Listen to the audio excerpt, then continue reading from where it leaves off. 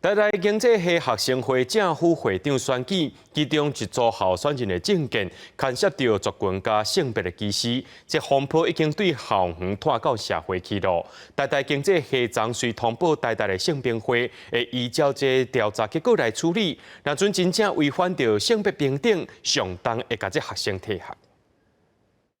台大经济系学生会面册关系正副会长选举的证件，有一组候选人出现亲像女学生上微积分课程强制穿高中制服上课，也是原住民建议入学的名额减少这个证件，因为牵涉到族群加性别的歧视，引起讨论。对这件代志，台大经济系2日第一时间通报性平会，后续要根据调查结果来处理。歧视性言论不能被容忍这个伤害是真实，是不能被容忍。这个是学生自治事项，要跟他们讨论说怎么样可以避免这样的事。第一时间就是通报性平，等于说性平会会先决定说他是不是成案跟是不是调查。虽然这名候选人已经回实的讲对特定族群无恶意，不过若做性平会成案调查事实，上轻的处分是新界，相当是下令退学。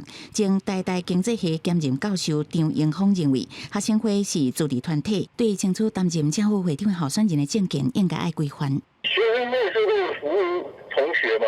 那你是讲那些怀疑他是真的想要选吗？还是他只是搞笑而已？他们应该要有一个内部的规律，讲这些跟服务学生没有关，就不应该看出来。任何歧视的语言跟主张，都不是我们在教育上所乐见。如果因为有特殊的目的，而以歧视的方式作为诉求或主张，这一些都不是这个社会所能接受。教务长潘文忠讲，会请好好了解、加以辅导。国家人权委员会表示，最近2年大学的校园活动也是学生选举，真侪该出现轻视、压制，也是侮辱特定群体，产生敌意的环境，伤害、压迫特定群体。呼吁政府加速制定平等法，强化甲社会沟通性别平等甲人权价值，为制度面推展人权教育。